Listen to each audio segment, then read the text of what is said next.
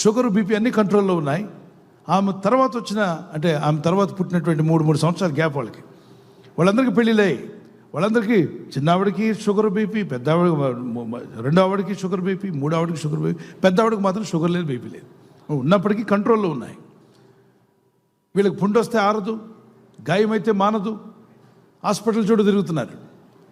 అప్పుడు వాళ్ళు అడిగారు, ఏమండి డాక్టర్ గారు, మా పెద్దక్కకి లేని రోగాలన్నీ మాకెందుకు వచ్చాయండి అని అడిగితే, నిజమే కదమ్మా, మీ అమ్మకుంటే మీ నాన్నకుంటే మీకు కూడా రావాలి, హెరిడిటరీ వచ్చేయాలి కదా, మరి మీ పెద్దక్క రాకపోవడం ఏంటి? టెస్టులు చేస్తే ఆమె టెస్టులు అన్నీ నార్మల్, కొలెస్ట్రాల్ నార్మల్గా ఉంది, అంటే ఉండాల్సిన లెవెల్లో ఉంది, గుడ్ కొలెస్ట్రాల్ ఉండాల్సిన లెవెల్లో ఉంది, ట్రైగ్లిజరైడ్స్ ఉండాల్సిన లెవెల్లో ఉన్నాయి, అన్నీ బాగానే ఉన్నాయి. వీళ్ళకి మాత్రం అన్ని తేడాలు, ఒకటి పైకి ఉంటే ఒకటి కిందకి, అనండి, ఒకటి పైకి ఉంటే ఒకటి కిందకి, ఒకటేమో కొట్టేసుకుంటుంది, వెళ్ళిపోయి 400 దాటిపోయింది ట్రైగ్లిజరైడ్స్. షుగర్ లెవెల్స్ ఒకరికి అప్ ఒకరు డౌన్. ఎప్పుడైనా షుగర్ టెస్ట్కి వెళ్తే ఒక అతను నాకు కనిపించాడు, 60 ఏళ్ళు ఉంటాయి, పాస్టర్ గారు నాకు అసలు షుగర్ లేదండి, నాకు అసలు లేదండి, 3 పూట్ల అన్నం తింటాను సార్, తెల్లన్నం బాగా తింటానండి, నాకు షుగర్ లేదండి.